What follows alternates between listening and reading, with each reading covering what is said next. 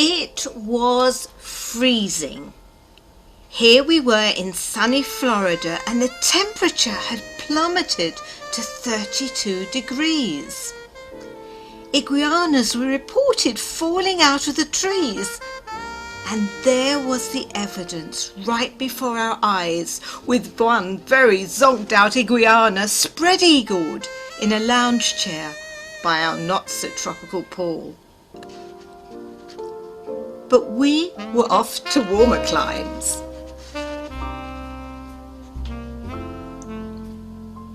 Our ship was enormous, a veritable city of the waves, with soaring lounges and a theatre as large as those found in London's West End.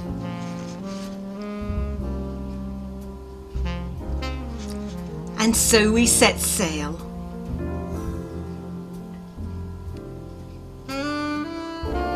Leaving behind the shores of Florida and sailing into a rose-hued sunset.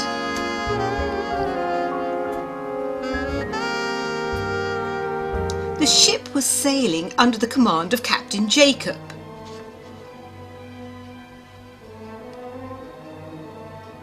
Youthful but diligent, he was well aware of the importance of the success of this, his first command.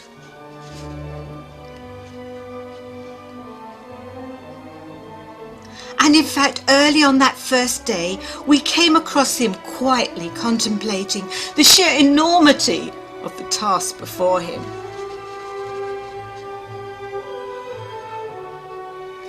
From that point, he worked tirelessly, plotting our route, checking the navigation and weather reports to ensure the safety of our journey. In all this, he was ably assisted by his first mate, Midshipman Alvin, who worked beside him and even stood watch while he briefly napped. During the course of the week, Alvin celebrated his birthday, and on that day, 1,000 or so passengers and crew in the Platinum restaurant raised their glasses and sang a hearty happy birthday to this loyal friend and helpmate. With such a heavy schedule, everyone showed great discretion and understanding when Captain Jacob was spotted taking a quick 40 winks during Captain's evening. The next morning sparkled brilliantly over the beautiful island of Cozumel.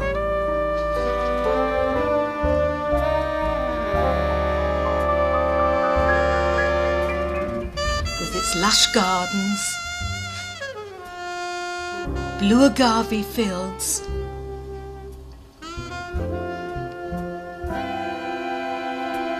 an array of vibrant artisan crafts, colourful ceramics, textured pots, different styles of weaving,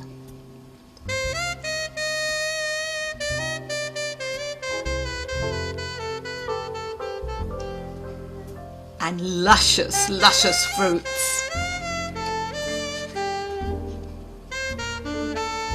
Then it was onward to the jungle adventures of Belize, led by our intrepid guide, Hernandez Smith, with just the faintest hint of ancestral piracy in his demeanour.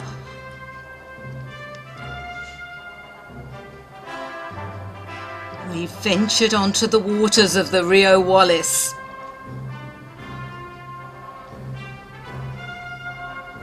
Alive with manatees and cruising crocodiles, eyeing possible candidates for lunch, hopefully not us.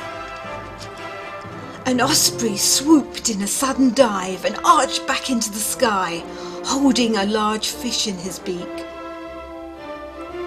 Observed by a nearby heron.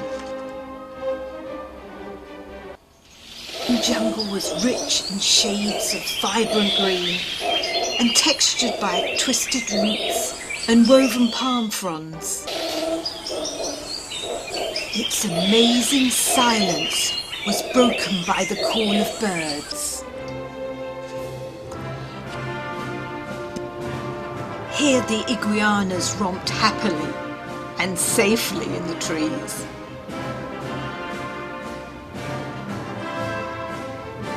Docking for the briefest of siestas, we gathered strength for the trek to Altan Ha, a Mayan ceremonial and temple site deep in the jungle, with sweeping views from the top of its largest temple.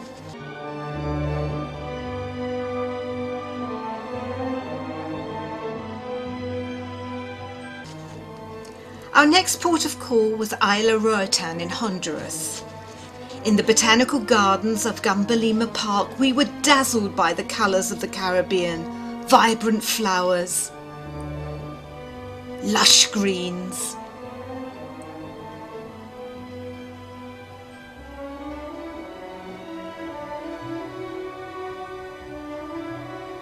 Chattering monkeys.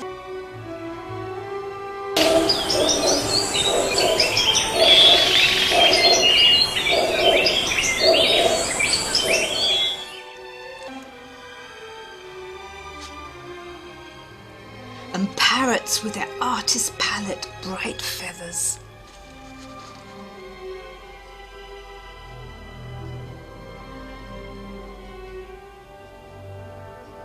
This was in contrast to the calmer colours of the Cayman Isles, with their soft silky beaches, blue waters, and the mellow textured shells of the island's turtles, glinting like polished mahogany in the sunlight.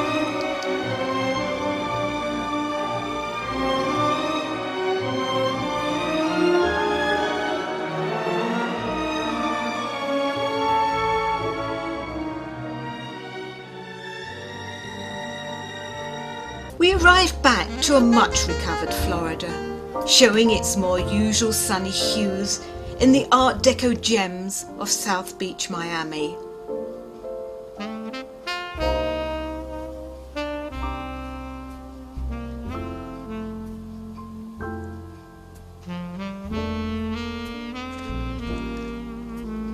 Our adventure was at an end, and in the words of my lovely 94-year-old mum, and a good time was had by all. Cheers!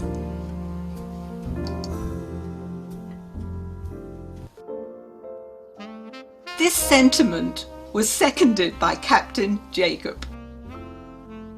I'm the captain from the ship. I enjoy being your ship's captain. I hope you enjoy me for another adventure very soon. Goodbye.